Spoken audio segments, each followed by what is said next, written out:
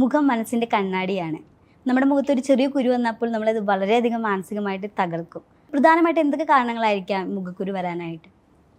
മുഖക്കുരു എന്ന് പറയുന്നത് നമ്മൾ ഭയങ്കര കോമൺ ആയിട്ട് കണ്ടുവരുന്ന സംഭവമാണ്. എസ്പെഷ്യലി ടീനേജ് പിള്ളേരിൽ, ആ ഒരു ഏജ് ഗ്രൂപ്പിൽ.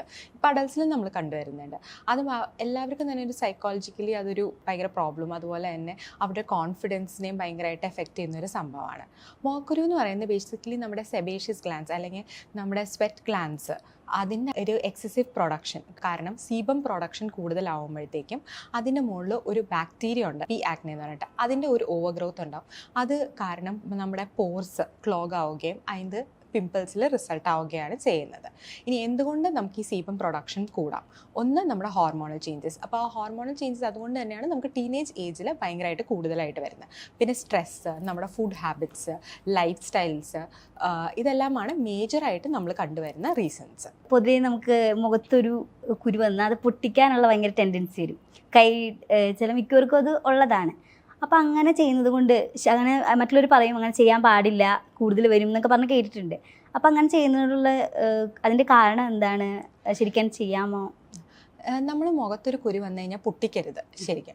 അത് കാരണം പുതിയത് വരുന്നു എന്നുള്ളത് കൊണ്ടല്ല, അത് കാരണം നമുക്ക് അവിടെ വലിയ വലിയ മാർക്സ് വരും, അതുപോലെ തന്നെ സ്കാറുകളും വരും. ഈ മാർക്സും സ്കാർസും വന്നു കഴിഞ്ഞാൽ പിന്നെ അതിനെ നമുക്ക് ട്രീറ്റ് ചെയ്യാൻ ഭയങ്കര പാടുമാണ്, അതുപോലെ തന്നെ ഭയങ്കര കോസ്റ്റ്ലിയുമാണ് അതിൻ്റെ മെഷേഴ്സ്.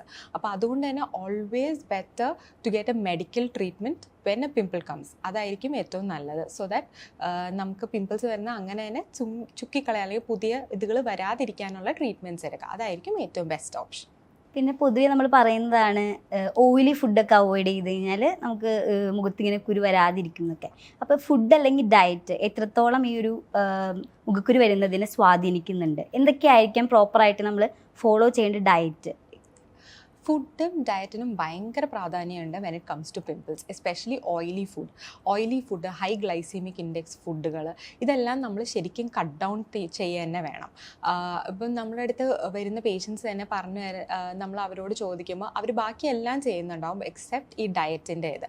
അപ്പോൾ അത് വളരെയധികം പ്രാധാന്യമുള്ള ഒരു സാധനമാണ് നമ്മുടെ ഡയറ്റ്. അപ്പോൾ oily food, high glycemic index ഫുഡുകൾ അവോയ്ഡ് ചെയ്യുക, മീൻസ് ഷുഗർ കണ്ടൻറ്റ് ഉള്ള ഫുഡുകൾ അവോയ്ഡ് ചെയ്യുക. അതുകൂടാതെ തന്നെ നമുക്ക് ആൻറ്റി ഓക്സിഡൻസ് റിച്ച് ആയിട്ടുള്ള ഫുഡ്, സിട്രസ് ഫ്രൂട്ട്സ്, ബറീസ്, അങ്ങനത്തെ ഉള്ളത് എല്ലാം ഒരു പോർഷനെങ്കിലും ഡെയിലി ഡയറ്റിൽ ഇൻക്ലൂഡ് ചെയ്യുക. നിറയെ വെള്ളം കുടിക്കുക. അതുപോലെ തന്നെ നമ്മുടെ ഫ്ലാക്സ് സീഡ്സ്, അങ്ങനത്തെയൊക്കെ സാധനങ്ങൾ കുറച്ച് നമ്മുടെ ഡയറ്റിൽ ഇൻക്ലൂഡ് ചെയ്യാൻ പറ്റുമെങ്കിൽ അത് ആക്ച്വലി പിമ്പിൾസിന് ഭയങ്കര നല്ലതാണ്. അതുപോലെ തന്നെ നമ്മുടെ യോഗർട്ട് അല്ലെങ്കിൽ ഡയറി പ്രോഡക്ട്സ്, അത് ആക്ച്വലി പിമ്പിൾസിനെ കുറച്ച് കൂട്ടുന്ന ഒരു ഇതുണ്ട്. അതുകൊണ്ട് ഡയറി പ്രോഡക്ട്സ് വെരി ലിമിറ്റഡ്, അത്രയും മതി, അതായിരിക്കും നല്ലത്. എല്ലാവർക്കും അറിയാൻ വളരെയധികം താല്പര്യമുള്ളതാണ് ഈ നൈറ്റ് റുട്ടീൻ അല്ലെങ്കിൽ ഡേ റുട്ടീൻ. നമ്മുടെ സ്കിൻ കെയർ ചെയ്യാൻ വേണ്ടിയിട്ട് എല്ലാ ഏജിലുള്ള ആൾക്കാരും ശ്രദ്ധിക്കുന്നതാണ് അതിലെല്ലാം കൂടുതൽ.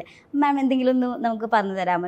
Day routine, night routine, skin കെയറിനായിട്ട് ഒരു റുട്ടീൻ എന്ന് പറഞ്ഞാൽ it varies from person to person. Basically എന്താണെന്ന് വെച്ച് കഴിഞ്ഞാൽ നമുക്കൊരു ഓയിലി സ്കിന്നിന് ഒരു റുട്ടീൻ ആയിരിക്കാം, ഡ്രൈ സ്കിൻ, കോമ്പിനേഷൻ സ്കിൻ, ഈ 3 തരം സ്കിൻസാണ് നമ്മൾ യൂഷ്വലി കണ്ടുവരുന്നത്. പിന്നെ ഒരു sensitive skin.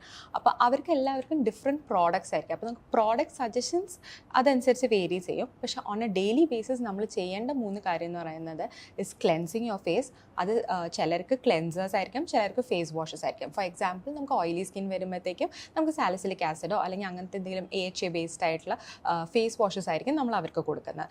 When it comes to sensitive skin നമ്മൾ അവർക്ക് മൈൽഡ് ക്ലെൻസേഴ്സ് ആയിരിക്കാം കൊടുക്കുന്നത്. അപ്പം ക്ലെൻസിങ് യുവർ ഫേസ് അതാണ് primary step. Second step moisturisers. അപ്പോൾ മോയ്സ്ചറൈസിങ് അതിനും നമുക്ക് ഡിഫറൻസസ് ഉണ്ട്. ഇപ്പോൾ ഓയിലി സ്കിൻ ആകുമ്പോൾ ജെൽ ടൈപ്പ് മോയ്സ്ചറൈസേഴ്സ് ആയിരിക്കും. വെൻ കംസ് ടു നമ്മുടെ combination skin it can vary. Sensitive skin ആകുമ്പോഴത്തേക്കും കുറേ കൂടി ക്രീം ബേസ്ഡ് മോയ്സ്ചറൈസേഴ്സ് ആയിരിക്കും നമ്മൾ കൊടുക്കുന്നത്. അതുപോലെ തന്നെ പിന്നത്തെ സ്റ്റെപ്പാണ് sunscreen is the most important step. Like best anti ageing എന്ന് വരെ പറയുന്ന ഒരു സംഭവമാണ്. വെച്ചാൽ സൺസ്ക്രീൻ കറക്റ്റായിട്ട് യൂസ് ചെയ്യുകയാണെങ്കിൽ നമുക്ക് റിങ്കിൾസ് ഫോർമേഷന് തന്നെ കുറച്ചൊക്കെ എഫക്റ്റ് മീൻസ് നമുക്കൊന്ന് ഇത് ചെയ്യാവുന്നതാണ്. അപ്പം ആ സൺസ്ക്രീൻ സ്റ്റെപ്പും ഒട്ടും നമ്മൾ കോംപ്രമൈസ് ചെയ്യരുത്. അതിനും നമുക്ക് ഇങ്ങനെയുണ്ട്, ജെൽ ബേസ്ഡ് സൺസ്ക്രീൻസാണ് നമ്മൾ ഓയിലി സ്കിന്നിന് കൊടുക്കുന്നത്. When it comes to dry or sensitive skin നമ്മൾ അതിന് ക്രീം ബേസ്ഡ് എമൾസിഫൈഡ് അങ്ങനത്തെ സാധനങ്ങളാണ് അവർക്ക് കൊടുക്കുന്നത്. ഇനി സിറംസ് ഒരു എക്സ്ട്രാ ഓപ്ഷനാണ്. അത് വേരി ചെയ്യും depending on your skin. If you have pimples അപ്പം നമ്മൾ അതനുസരിച്ച് ചിലപ്പോൾ സാലിസിലിക് ആസിഡ് ബേസ്ഡോ അല്ലെങ്കിൽ നൈസിനമൈഡ് ബേസ്ഡോ അതനുസരിച്ച് കൊടുക്കും. പിഗ്മെൻറ്റേഷൻ കൺസേൺസ് ആണ് പേഷ്യൻ്റിനുള്ളതെങ്കിൽ അതനുസരിച്ച് നമ്മൾ ആസിലിക് ആസിഡ് ബേസ്ഡ് അല്ലെങ്കിൽ എന്തെങ്കിലും ആൻറ്റി ലൈറ്റനിങ് ഏജൻറ്റ്സ് ബേസ്ഡ് അതൊക്കെയാണ് കൊടുക്കുന്നത്. പക്ഷെ അതെല്ലാം നമ്മൾ ആ പേഷ്യൻറ്റിനെ ഇവാലുവേറ്റ് ചെയ്ത് അവരെ കറക്റ്റായി കണ്ട് അത് ഓരോരുത്തർക്കും ഓരോ സ്കിൻ കെയർ റൂട്ടീൻ നമ്മൾ പ്രിസ്ക്രൈബ് ചെയ്യണം. ഇപ്പോഴത്തെ കാലഘട്ടത്തിൽ ഏറ്റവും അധികം ആളുകൾ സ്കിൻ കെയർ അല്ലെങ്കിൽ സ്കിൻ റൂട്ടീൻസ് എല്ലാം ചെയ്തു വരുന്നതാണ്. അപ്പോൾ ഈ ടൈമിൽ മാം നമുക്ക് ഇത്രയും വാല്യുബിൾ ആയിട്ടുള്ള ഇൻഫർമേഷൻ തന്നതിന് ഒരുപാട് നന്ദി. Thank you.